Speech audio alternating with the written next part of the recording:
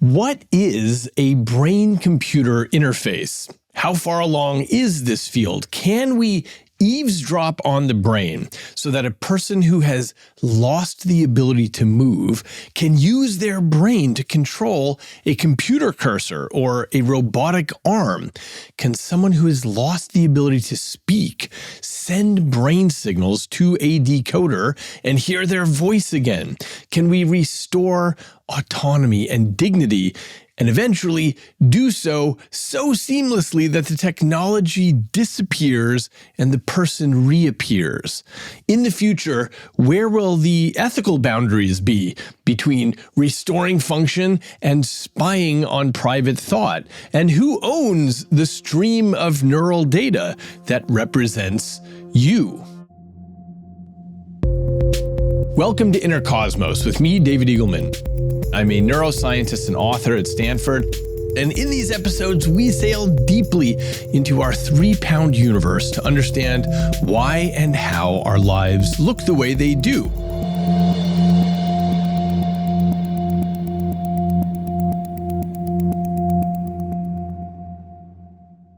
This week, we're talking about technology for reading the brain. Now, one thing that I find fascinating is that ancient cultures didn't care at all about the brain. They generally would just throw it out at autopsy. And it's understandable why. It just looks and feels like a huge squishy walnut. If you could sit and stare at a brain in action, you wouldn't see anything happening. So it's taken centuries and a lot of technology to realize that, in fact, the brain is alive with lots of tiny cells, microscopically tiny. And these cells are transmitting electrical signals 10 or 100 times every second for each cell, and you have 86 billion of these cells. So this big squishy walnut is one of the busiest things on the planet. But because it is so fragile, Mother Nature surrounds the brain with an armored bunker plating the skull. And that provides a huge challenge if you want to go in there and eavesdrop on what the cells are doing. Now, why would you want to spy on these cells? Well, imagine if your thoughts could exit the skull as easily as words leave your mouth. Now, there's a sense in which we always do this. We use keyboards and touchscreens and voice assistants, but all of those are detours. They force the brain to route its intentions through muscle, and that's fine if your muscles work. The problem is that lots of people, millions of our neighbors and friends, don't have a way to get the information out of their brain because something about the brain or the brain's pathways or the muscles are not working. And therefore, their brain knows what they want to do or say, but there's no way to get that information out. And this is where the idea of a brain-computer interface comes in, what you'll hear referred to as a BCI, brain-computer interface. The idea of a BCI is to listen directly to the neural patterns that mean move or speak or select, and then you use some device to translate those patterns directly into activation in the outside world. Now, as I said, this is a huge deal for all the people for whom the path from intention to movement has been interrupted by disease or injury. The intent is still alive and well in the cortex, and BCIs are the bridge back. They turn silent plans into text or voice or cursor control or reaching and grasping.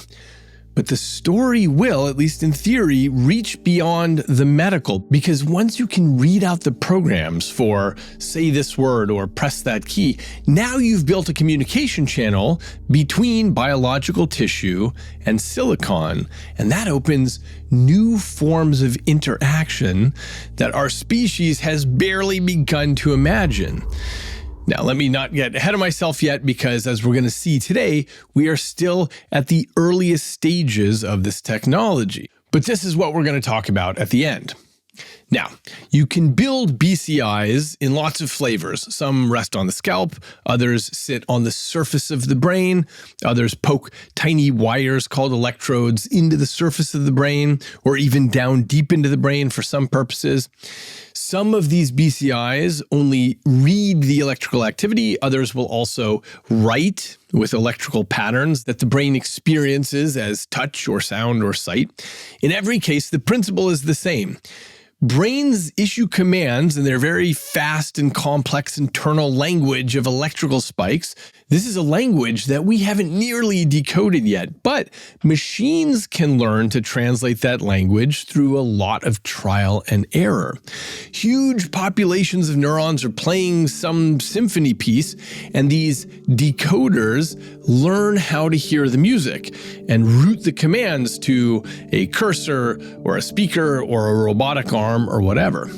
Now, the issue is that when we talk about it, it all seems very straightforward and easy, but actually getting in there and getting technology that can record from these microscopic little cells, having these little changes in their electrical potential of tens of millivolts, and making a system that lasts, and then putting all the data together to understand what this very tiny sampling of neurons, maybe a few hundred out of hundreds of billions of neurons, it turns out this is a massive engineering challenge, and there are a million practical questions.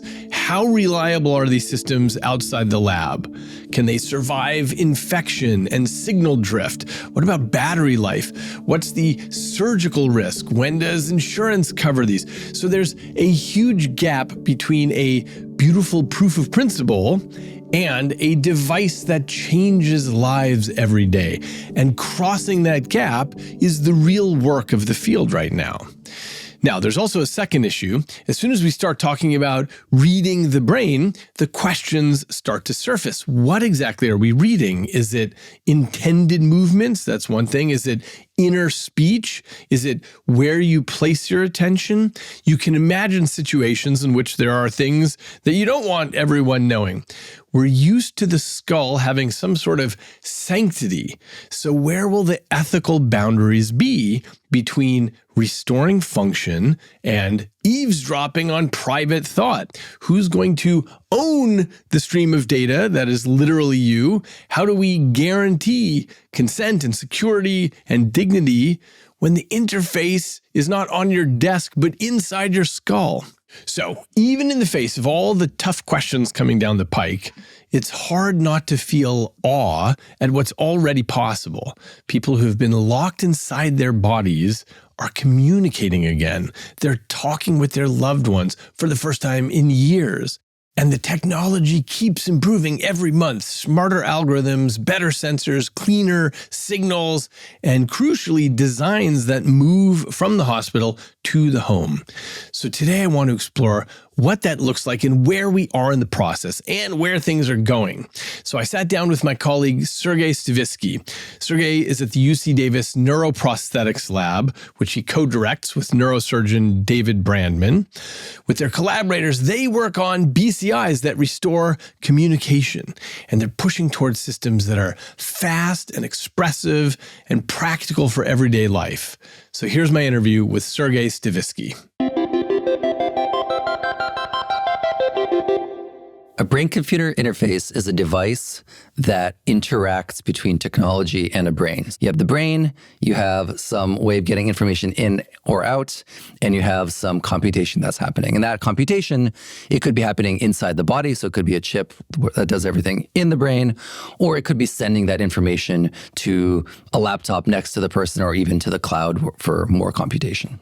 Now, one of your interests is that, over a century ago, people figured out you could dunk an electrode into the brain, a thin wire, and because cells are communicating with little electrical signals, they're going pop, pop, pop, pop, pop, pop, you can eavesdrop on that, and you can also stimulate the cell to do whatever. So tell us about the history of this how people have thought about, let's eavesdrop on the brain and turn that into something. So starting in the 60s and 70s and 80s, especially working in animal models, people realized, yeah, you can put electrodes into the brain and you can get up close next to an individual brain cell and neuron. And when that neuron's firing, it's generating a big electric field, well, a tiny electric field, but big relative to the electrode right next to it. And so we know that neuron is firing. And then there was a whole, decades of systems neuroscience, which was relating those patterns of activity to what typically the animal was doing. So a classic example from the 80s would be a monkey is moving his arm up or down or left or right.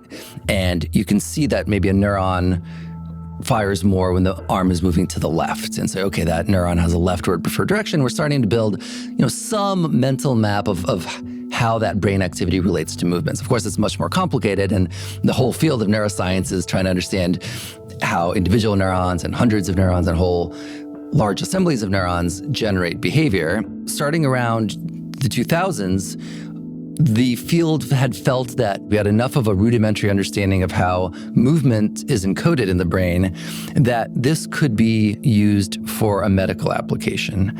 And kind of in my world, that's been focused on restoring movement to people with paralysis. So in 2004 was a big landmark event. That was when the original BrainGate trial, so this was led by John Donohue and Lee Hochberg at Brown University and Mass General Hospital. They put what's called a multi-electrode array. So instead of a single wire, like you mentioned in the beginning, now imagine 100 of those little wires kind of all stacked together, recording from thus about 100 neurons. And they showed that these arrays could be put in a person with paralysis. And even though that person hadn't moved in a decade, I think the first guy was a young man in his 20s who had been paralyzed from the neck down due to a knife wound from a bar fight. So he hadn't moved in many, many years, but they put that electrode array in the motor cortex, the part of the brain that normally sends commands to the arm. And when he tried to move his arm, lo and behold, those neurons fired away. And so kind of the main risk had been solved, which is, would the brain even still try to generate movements? Because you might think, well, kind of use it or lose it, right? If the person's paralyzed, why would their brain still generate movement commands? Fortunately, it still does. And people were able to decode those signals. And just as a quick reminder to everybody, the brain is saying, okay, I want you to make these movements, and then those shoot down the spinal cord and out to the peripheral nervous system and move the muscles. And so in this case, you're hearing the original command, but there's some break in the roadway plunging down the spinal cord and out, such that the body never gets the signals correctly. Exactly. We're bypassing the injury. We're going to the source. So where's the command coming from? So this was back in 2004. What was his name? Matt Nagel? Was that right. Yeah. Researchers are able to listen to what the neurons are intending, and then the field has really taken off since then in the past 2 decades. For example, with motor movement, originally it was just on a computer screen. You could move a cursor around, but nowadays people are thinking about, hey, could you actually use an exoskeleton to move the arm physically? Yeah, or even stimulate those paralyzed muscles. So there's these functional electrical stimulation systems or epidural, like spinal stimulation, both for walking and for the arm. So you can really close the loop. You can decode what movement the person's trying to make. Like, oh, they're trying to move their arm forward to grab something. And then you can have that move a robotic arm. You could have that move an exoskeleton.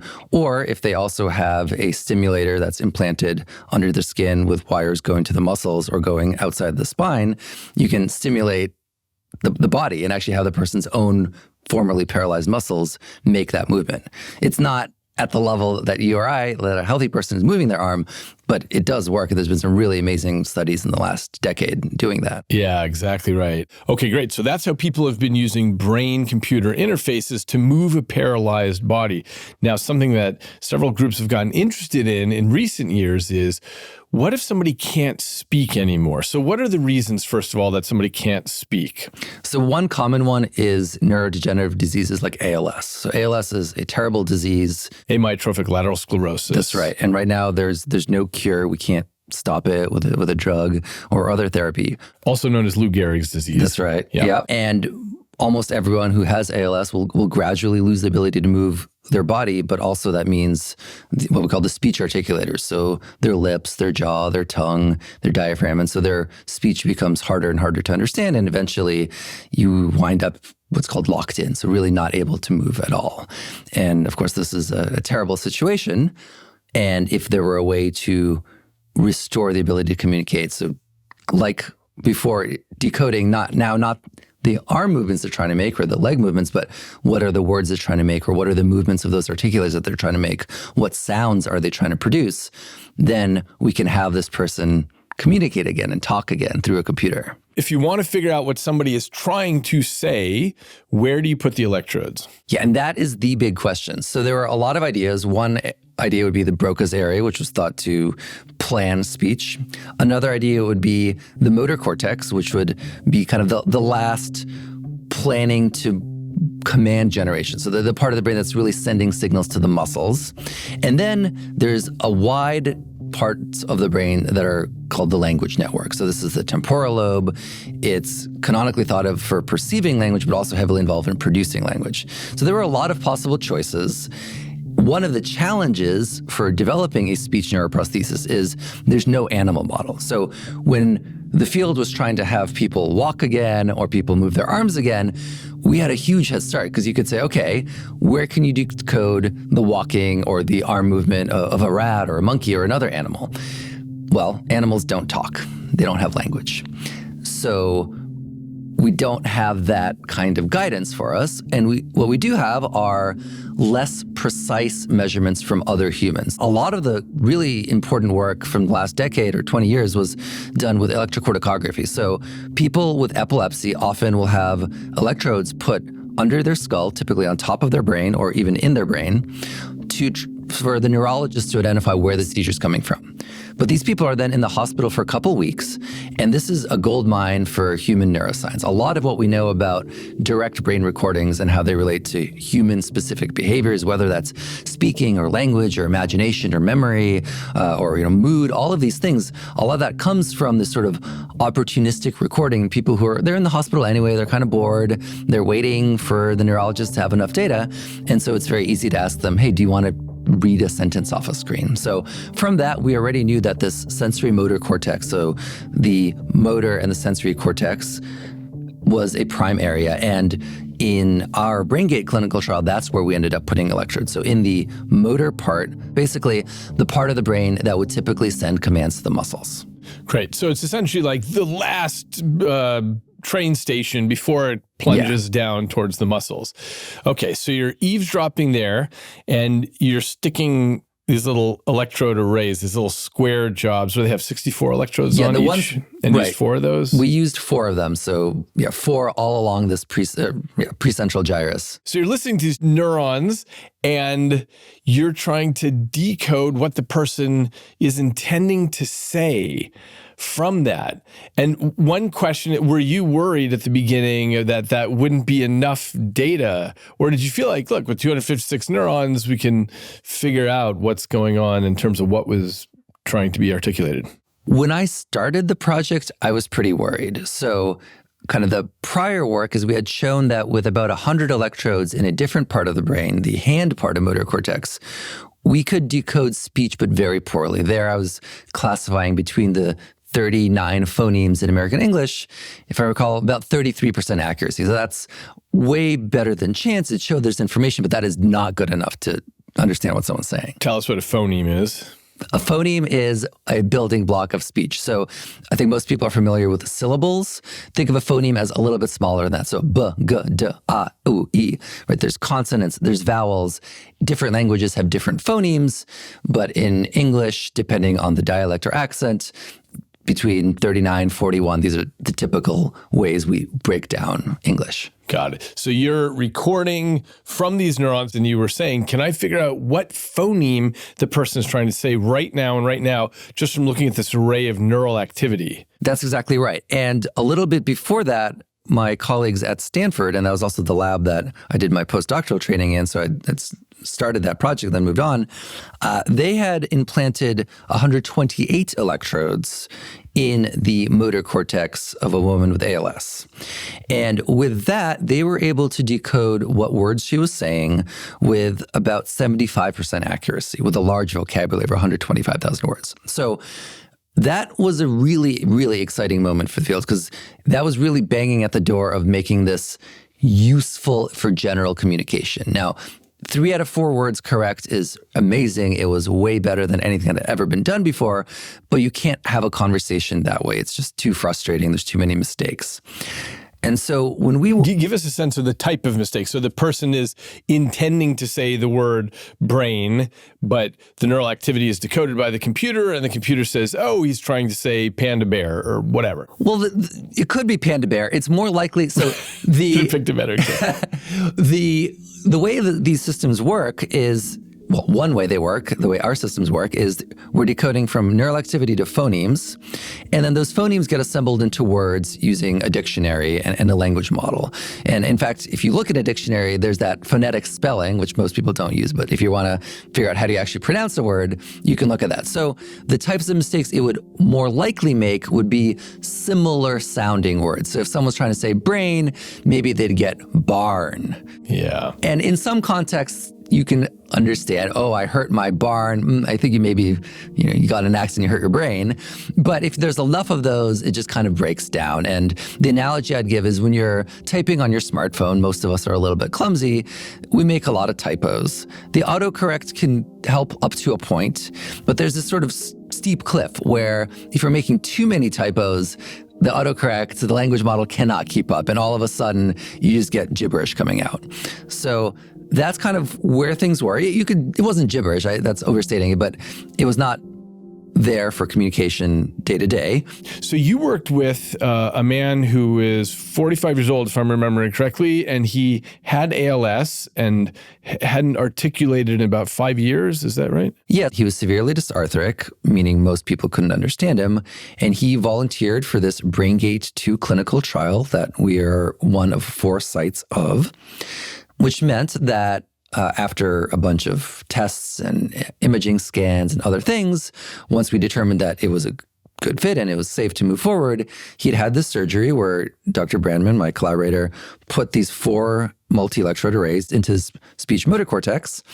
We waited a couple of weeks for everything to heal up.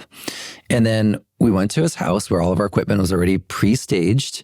We literally plugged him in. So this system is wired, so it's not wireless yet. And the way we started it was we needed what's called training data in the machine learning sense. So we needed the algorithms to see a bunch of examples of him trying to say words and then what the neural activity looked like. And what this actually looked like in the room was picture a person in a wheelchair looking at a computer screen. We put up what seemed like random sentences. The text would appear, it would turn green, he would try to speak, and then he would stop. And we just did this for about 30 minutes. And one of the big questions at the time was, how much data do you need to make this work? And the conventional wisdom was that it would take a lot of data. Previous studies had waited many, many weeks before they tried to decode what someone was trying to say. The AI fields that we were borrowing tools from, for example, automated dictation when you talk to your smartphone, those models are trained with millions of hours. So huge scrapes, data sets to get them to be able to understand speech. But it turned out that because we had these electrodes in the part of the brain that's controlling speech movements, it has what's called a very high signal-to-noise ratio. There's a really clear signal about what movements the body's trying to make, and thus what sounds it's trying to produce. And so after just 30 minutes of him reading these sentences, we were looking at our little dashboard on the side on our computers, and it was showing us what we call the word error rate or the phoneme error rate. So how many words or phonemes were being incorrectly decoded. And we saw that was at the point where we thought, okay, this thing can actually work. And so we said, okay, now we're going to do something very special. We're going to kind of flip the switch, so to speak.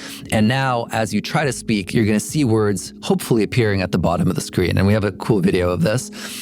And so, everyone's kind of holding their breath and very excited. And the prompt appeared and he tries to speak and the first 2 words appeared correctly. And actually at that point, everyone broke out in tears and laughter and clapping. We actually paused for a few minutes and hugs, and his family was there to watch it. It was a really amazing moment. And then we said, all right, let's get back to work. And we kept going. And on that day, we had set a relatively modest goal. So we were using what's called a 50-word vocabulary, meaning the sentences he could say with it were restricted to 50 words. And you can still say a few things. And that's obviously not pragmatically useful, but that was to get going.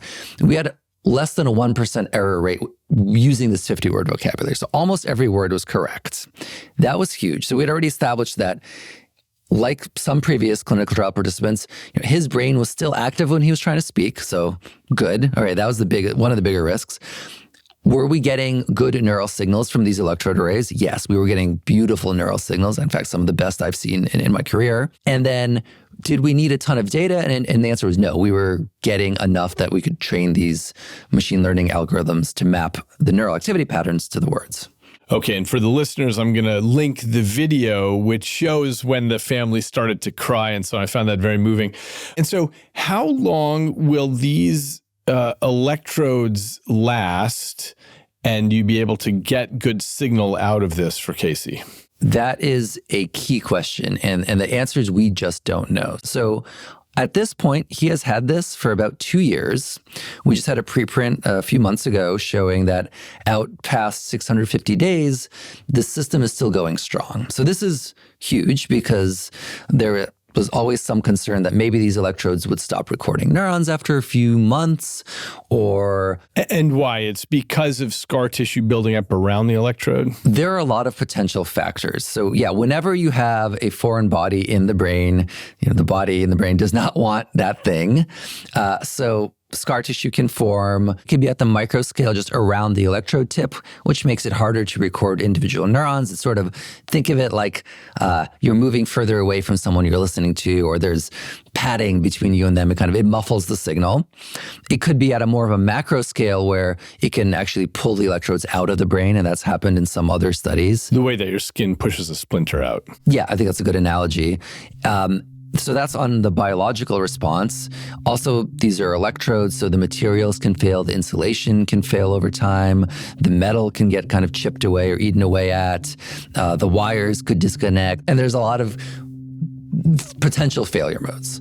But in this case, the record so far is really, really encouraging. So 2 years out, it's working great. The accuracy has actually gotten better. In our preprint, it's now 99% accurate, both because we have more data and we've had more time to just improve the algorithms and keep trying new things. And he is now using this as his primary means of communication. And so a couple things. One is when you decode the neural activity, you could just print that as words on the screen, but you guys went a step further. Yeah, so in our first few months, what we did is called text-to-speech. So the words would appear as text on the screen initially, and then when a whole utterance, so a sentence or it could be a whole paragraph, he would use his eyes to look at a button on the screen, and basically there's a done button, and after he hits the done button, the computer will read out loud what he said, and we basically made a deep fake of his voice, so it sounds a lot like he did before he got ALS. It's not perfect, but it really does sound quite a lot like him, and that technology has progressed a lot even in the last couple of years. Most of the time people worry about all the ill uses of faking someone's voice, but this is maybe one of the few cases where it's actually a really wonderful thing. So you got his voice from videos when he was younger, before the ALS had set in? Yeah, we asked him and his family, and they provided us a bunch of things. And actually, he had done a podcast before, so we had really good material. So when he thinks of a sentence, the neural activity is decoded, the sentence gets reconstructed, and then you turn it into his voice. Yes. Now that's what you showed in 2024, and you just recently had a paper 5 months ago or so. Tell us about that. Yeah, so everything before, even though it could be said out loud, ultimately the information's in the form of text. And I think we can all appreciate that a lot gets lost just through texts. There's no intonation. You can't indicate that maybe you're being sarcastic. It's less expressive, right? There's a lot of rich nuance that we all convey in our voice, and through text that's lost. And the other problem is the latency or the immediacy. So if I was talking to you and I could only write, it would be very easy for you to accidentally interrupt me or to just not for me not to be able to get a word in, because by the time I've finished a sentence and selected a button to speak it out loud, maybe you've already moved on to the next topic. Maybe if there's other people in the room, they're talking, right? So for all of these reasons, we really wanted to do not what we call brain to text, but what we call brain to voice. And that means go immediately from neural activity to sound. This is a hard problem for a lot of reasons. One of which is it has to be done super fast. You want sound to happen within about 30 milliseconds. That's kind of matching the natural latency of brain to moving the muscles to vibrating air that someone can hear. And so because of that, first of all, we had to decode these neural signals very quickly. It limits the kind of algorithms we can use. We have less data to work with, right? You can't look into the future. There's no autocorrect. You can't look at the entire sentence to figure out based on context, like, oh, I reached down to pet the cot. No, he probably meant cat because you don't usually pet a cot. You can't do that. If you're doing brain to voice, as soon as you try to say I, you need to have the sound I, reached, right? It just has to flow constantly. But we were able to, through a bunch of complicated engineering work, get really far in there. And where the state of the art in that paper that you're referring to is it is very immediate. So the latency is under 30 milliseconds. And it's mostly intelligible, but not consistently intelligible. So about 56% of words could be understood by someone. It's a big step forward, but it's not good enough for daily use, right? I already said earlier that 3 out of 4 words is not good enough. So, 1 out of 2 words is definitely not good enough. So when there's a mistake, what kind of mistake is it? Is it barn for brain and therefore sort of intelligible, or is it worse than that? Yeah, it tends to sound like slurry speech, or maybe like if someone's mumbling. So sometimes you can get the gist of it. The length tends to be the same because it's still capturing what we call the envelope of speech. So if he's saying a short word or a long word, that comes through very clearly. But maybe some of the phonemes are a little garbled, and so you can't tell exactly what's being said. Got it. Because each phoneme that the brain is encoding for, you're translating that right away, 30 milliseconds later, that's coming out of the speaker. Yeah, we just don't have enough signal to noise ratio. We don't have enough precision. So it's like if you have a really bad digital camera, a really grainy camera, and you're trying to parse the scene, sometimes you can see what's going on, and other times you just can't quite make out, I don't know, is that a person or a ball? Is that, what does that word say? If it's really grainy, you just can't see so well. And although we have 256 electrodes, which sounds like a lot, the brain has almost 100 billion neurons. There's probably multiple billions that are involved in just speech and language. So right. In some ways, it's a miracle that it works at all, that we're sampling from such a small number of neurons and able to reconstruct the sounds that the person's trying to make. And if I'm remembering correctly, in that paper, you also showed sort of short singing. Yeah, so we wanted to demonstrate that this approach could do more than just transmit the words, because we kind of already had that with brain to text. Now, it could do it immediately, so that solves that interruption or being heard right away problem. But we wanted to provide a proof of concept that this could also be expressive. So we had a couple experiments that did that. In one of them, he was asked to say sentences as either a question or a statement. And in English, when we ask a question, we increase the pitch at the end. So he was able to do that. We had him emphasize specific words, and you use that to change the meaning of what you're saying. So there's this classic from a different study sentence that you can say in 7 different ways, which is, I never said she stole my money. Now I can say, I never said she stole my money. I never said she stole my money, right? I'm slightly changing the connotation depending on which word I'm stressing. And so we had a task where he said that sentence, emphasizing all the different words, and lo and behold, yes, from the neural activity, we could identify which word he was stressing. And so then we had another task where we would give him a sentence and we'd capitalize a word, and he was supposed to emphasize that. And then the last one is what you were referring to, is we call a simple singing task. So it was only 3 notes, but basically he could say whatever he wanted to say, but at 3 different pitch levels. So you could say, like ba, ba, ba, or like, ma, la, da. So that task he was able to do quite well. He's not going to be singing in the opera yet, but it shows the path forward. And where our lab and many others are working now is how do we build on this? So does that mean better algorithms? There's always new innovations in the artificial intelligence world and just neuroscience, making sense of these signals. Does that mean putting more electrodes in? Certainly that's of interest, and there's a lot of really exciting work happening in there. Does that mean maybe putting electrodes in additional parts of the brain? So kind of at a simplistic level, people think of left versus right brain as having some differences, with maybe more of these what are called paralinguistic elements of voice encoded more on the right side of the brain. That's something we'd like to find out, and we hope to in the future. Or do we need to put it in other parts of the speech network? By the way, just to flesh that out for listeners, on the left side of the brain, you've got a lot involved with language. When people get damaged there, they, let's say, lose the ability to articulate, to produce sentences, to understand sentences. But when people get damage in equivalent areas, mirror images on the right side, they can get what's called amusia, which is the inability to understand music anymore. Because, as you say, that's where intonation, the prosody of language seems to be encoded. So, good. This is a good segue into the future then, which is, first of all, I'm curious what you think is the answer. You just posed, is it getting better electrodes, more electrodes? Is it getting better algorithms? Is there a limitation in the signal-to-noise ratio? Where's the lowest hanging fruit for getting improvements here? Can I go with D, all of the above? I think we do need all of these things. Yeah. So already we are seeing with our data and this current participant that with the same electrodes, we're able to squeeze more information out with better algorithms and just a better understanding of what the brain is doing. There's a lot going on there. It's not just the movements. We're seeing things like neural error signals. We're seeing prosody and intonation encoded, right? All of these things are kind of mixed together in these brain signals we're measuring. And there's a lot of science that goes into disentangling them and figuring out what they mean. What are you trying to pay attention to for a given application? So that's all moving forward. And so we're just learning a ton about how the human brain produces speech because we didn't have this opportunity at this precision before. There's now only a handful of humans in the whole world that have had electrodes that measure individual neurons as they try to speak. So we're learning a lot.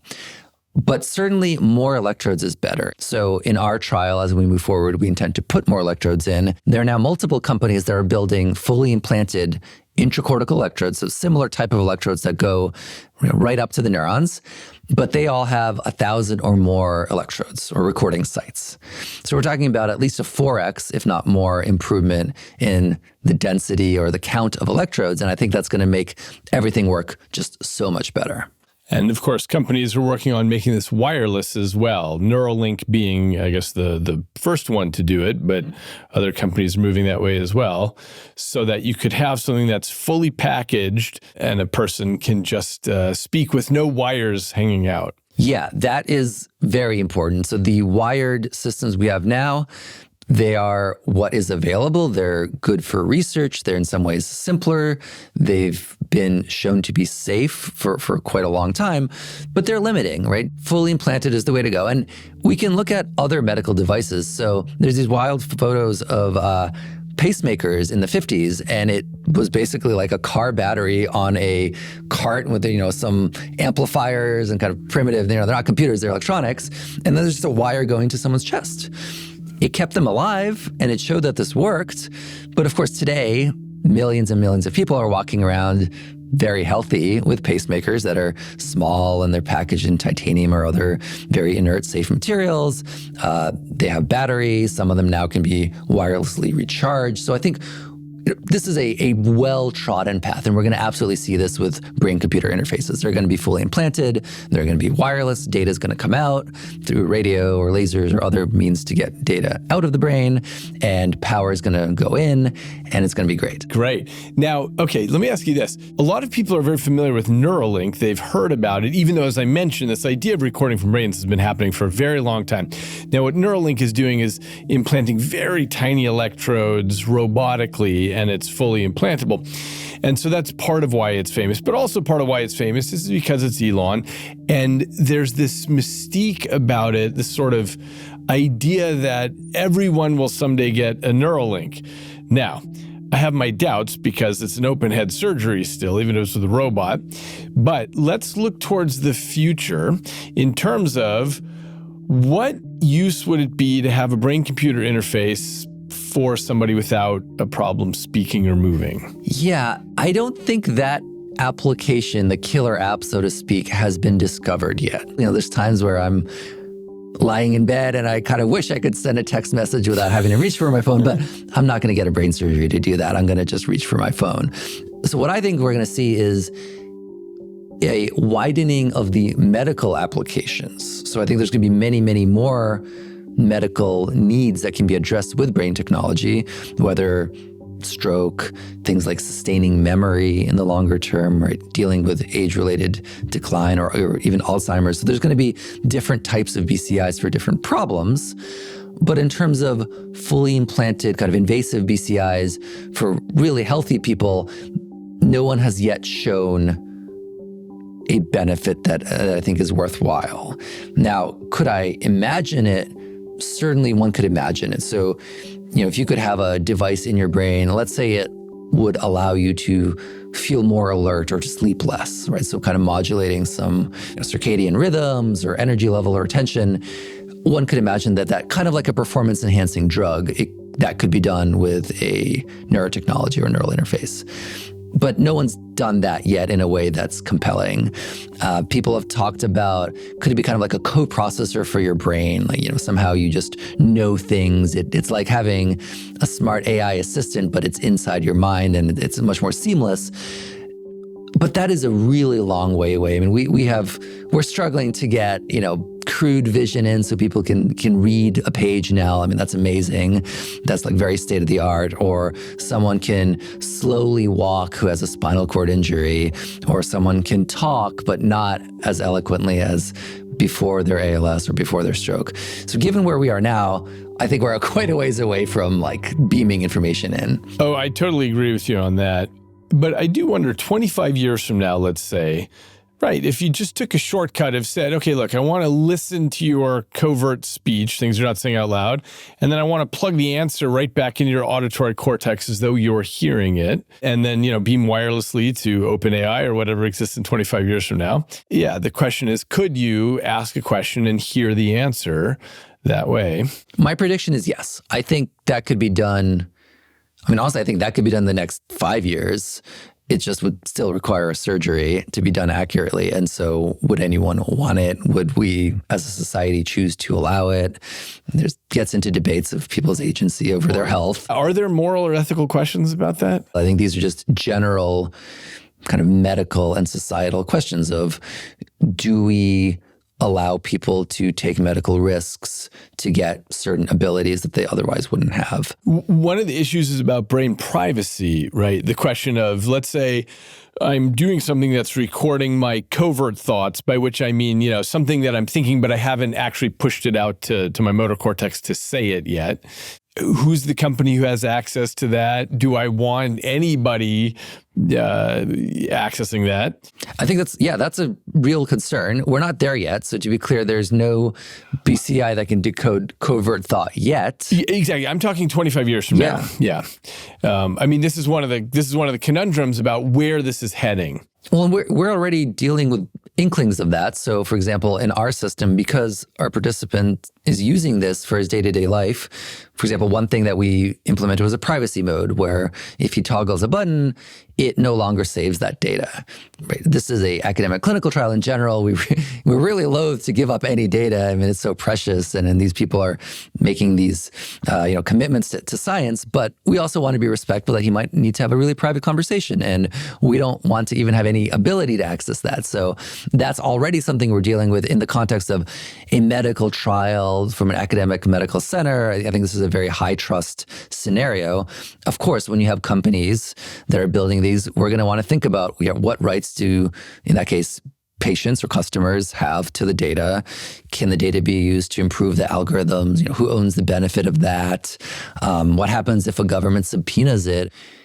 Right now, we have this speech BCI for people with vocal tract paralysis, meaning that they know exactly what they're trying to say. The words are clearly formed in their mind. They are trying to speak it. Those commands are not reaching the muscles. Okay, so we've shown that there's a very compelling therapy there. Industry is going to come in and kind of productize it. I think this is going to turn into a medical device in the next 5 years. There is a much larger patient population, though, with aphasia due to stroke. So there, the problem is one step further upstream, meaning they can't speak language, by the way, aphasia. Yes. Yeah. Well, there's different types. So sometimes with aphasia, that means they can't understand language. But with expressive aphasia, that means in many patients' cases, they want to communicate. They really know what they're trying to say in sort of in a meaning sense, but they can't find the right words for it. It's almost like, sometimes I can't remember a word, but that's rare and I can usually remember it or explain it in other words. But if I couldn't remember most of the words, that would be really frustrating and debilitating. And there's millions of people that have strokes and partially recover, but never fully recover. They have a language disorder. Many of them have, perfectly normal intelligence and their personality is preserved and kind of everything else is there, but they just can't form words. Can we help them? And this is something that our lab and many others are starting to think about. The idea is, can we basically do this thing that we've done with a speech BCI, but now make a language BCI? Can we put electrodes somewhere in the language network, and that is a lot of the brain. That's both a good and a bad thing. But could we decode the meaning? And this is kind of getting close to this idea of a thought, which is not a very well-defined term, but could we decode the semantic meaning of what they're trying to communicate and have, let's say, a tablet in front of them, print out a sentence or speak a sentence where they're saying, I'm happy to see you, or could you hand me some water, or my nose itches, or I'm not feeling well, right? That thought, that communication intent is still in there for many of these patients. We're trying to develop a medical technology to help them, but that starts getting pretty close to sounding like mind reading.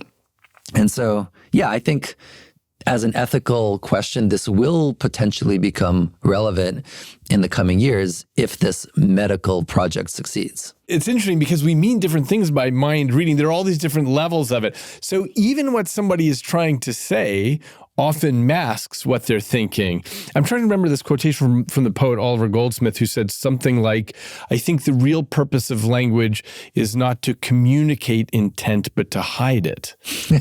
So anyway, so if somebody says, hey, I'm happy to see you, or whatever the thing is they're saying, it may or may not be what their thoughts actually are. It's just what their language is. Yeah, so I'm still talking about decoding communication intent. And that's sort of, I think we find it a little bit reassuring because it's an active process. It's not like right now that we're nowhere close. No one even has an inkling of how to make a device that can read everything you're not actively thinking about it, but it just knows your whole childhood and all your deepest secrets and what you think about everyone around you.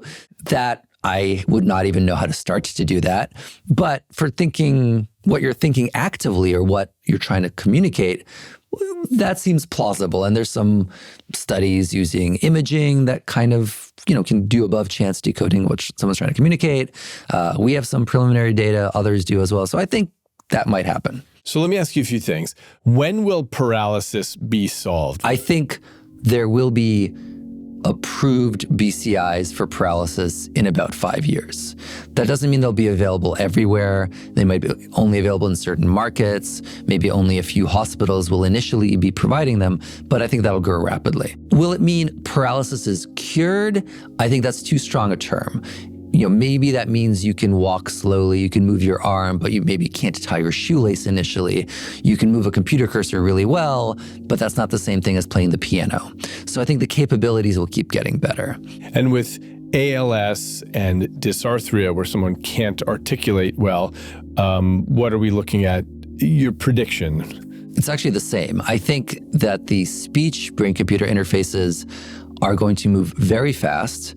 I think that and cursor will probably be one of the first approved systems, even though people have been trying to move robot arms or paralyzed limbs for much longer. So if you're trying to decode what someone's trying to say or decode them trying to move a computer cursor or write on the keyboard, the thing that they're trying to control is a computer, and those are ubiquitous, they're everywhere, they're cheap, they work really well. If you're trying to decode what someone's trying to move with their arm, you either need to move a robot arm. Robot arms are hard, they break often, they're not as precise as people are. Where does it go? Does it go on your wheelchair? Is it there with you in the shower? If it's mounted on, like if you have an amputation, is it mounted on your stump or on your shoulder? That is hard. There's a lot of challenges there. So kind of the readout part for speech is very hard because it's very fast. There's a lot of information per second. But once you have that solved, making use of it is actually really easy. You just send text to their computer or their phone, or you have their tablet talk, make sound. And that's something you can carry with you all the time, and it's really reliable. So for all those reasons, I think we're going to have speech and also computer use BCIs hopefully starting to hit the market in the next 5 years. Great. And when you think about 50 years from now, when you think about as you're retiring and you look around the field, what do you see? I think BCIs will be, well, the term may not even mean anything because it's going to be so wide.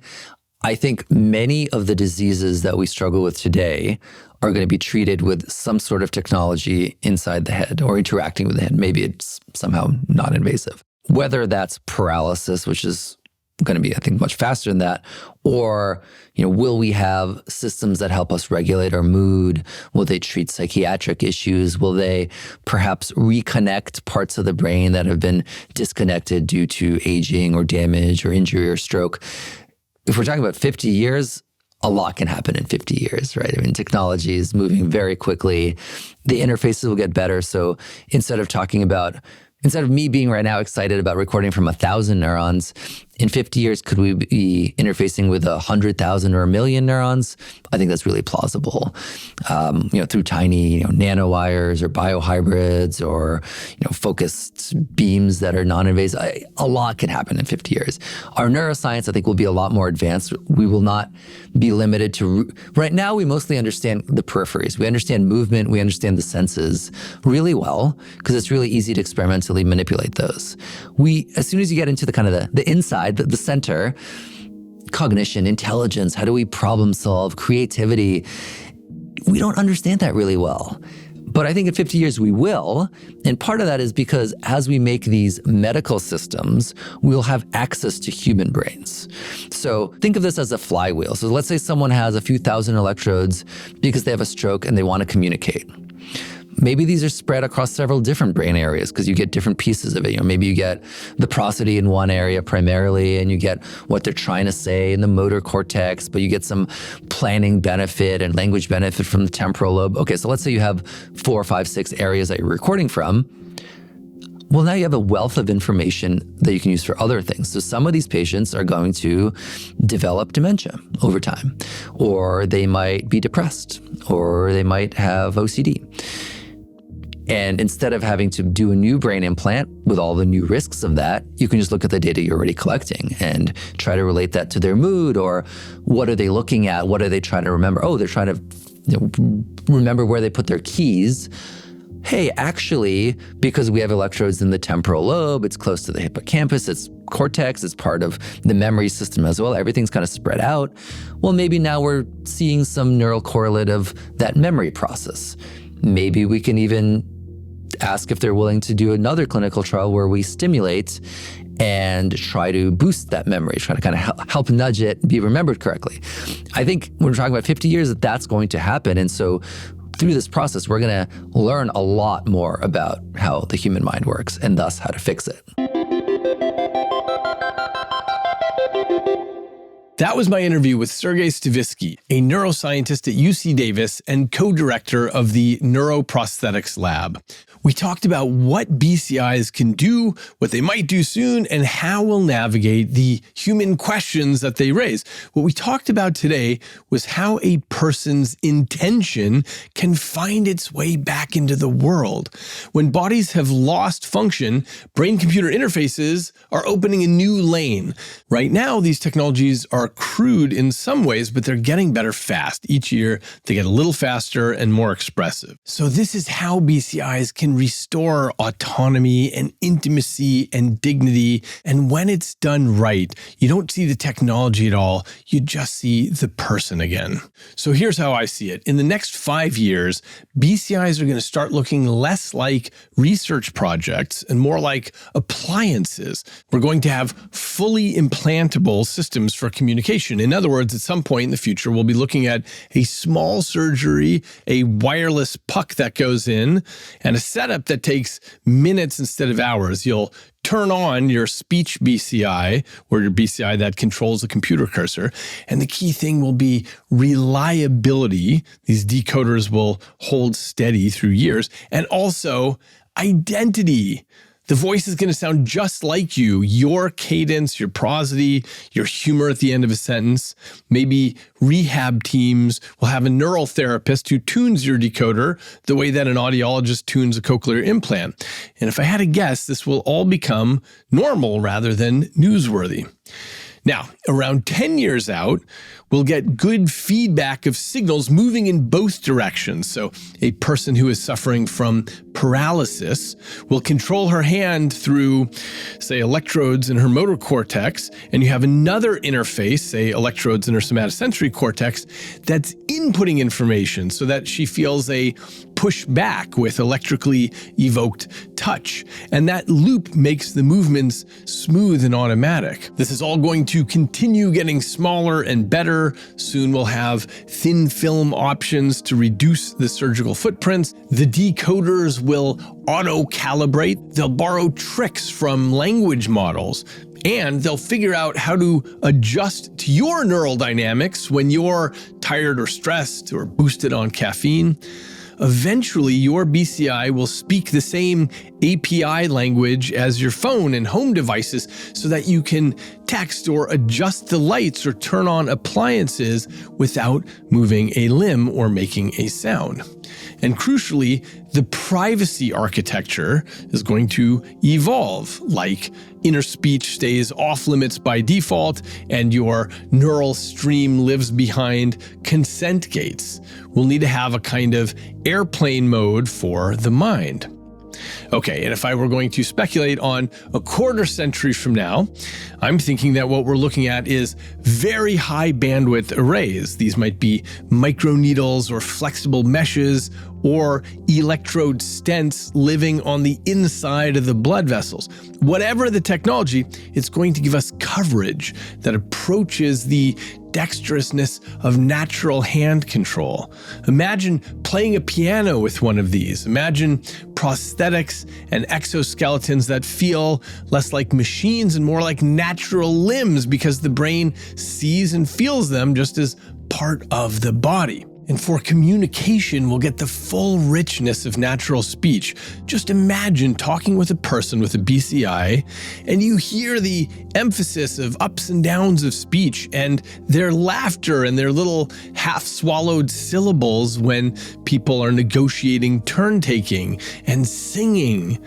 And soon enough, I think in our lifetimes for sure, the science fiction edge of this all is going to start to glow. So imagine a scene like this when you step onto a train, maybe 35 years from now. People are sitting there, it's crowded, and they're all speaking private messages to their friends who are somewhere else. There's no sound. The train is quiet. Each person's decoder is locked onto their attempted speech, not their idle thoughts. And every message is signed with a cryptographic watermark that proves it came from that person's neural key. So you're looking at a silent train car, but it's filled with conversations. Or just imagine something simpler. Here's a carpenter who lost his hand, but he's back at work with a prosthetic hand that streams touch information into the brain, pressure and temperature, but also he can feel the details of the grain. He can tell the difference between pine and oak just by running his sensory-packed robotic fingers over it. And the key is that he doesn't think about the device at all. He just builds. Just like you use the high bandwidth sensory devices on your own hand, and you rarely stop to think about it. Eventually, there'll be a lot of legislation in place because there are going to be hard lines we choose as a society not to cross. Not all thoughts should be digitized. We're going to need neuro rights with teeth. We'll need on-device processing that keeps data local, where maybe you have your own descendant of modern-day LLMs living with you in your brain. Whatever the case, we'll presumably keep asking philosophical questions about our brains and ourselves, but we'll get to do it with better and better tools than we have now. And I think what this means is that we have more in common with our ancestors of 1,000 years ago than we do with our descendants a century from now. Go to eagleman.com/podcast for more information and to find further reading. Send me an email at podcast@eagleman.com with questions or discussion. And check out and subscribe to Inner Cosmos on YouTube for videos of each episode and to leave comments. Until next time, I'm David Eagleman, and this is Inner Cosmos.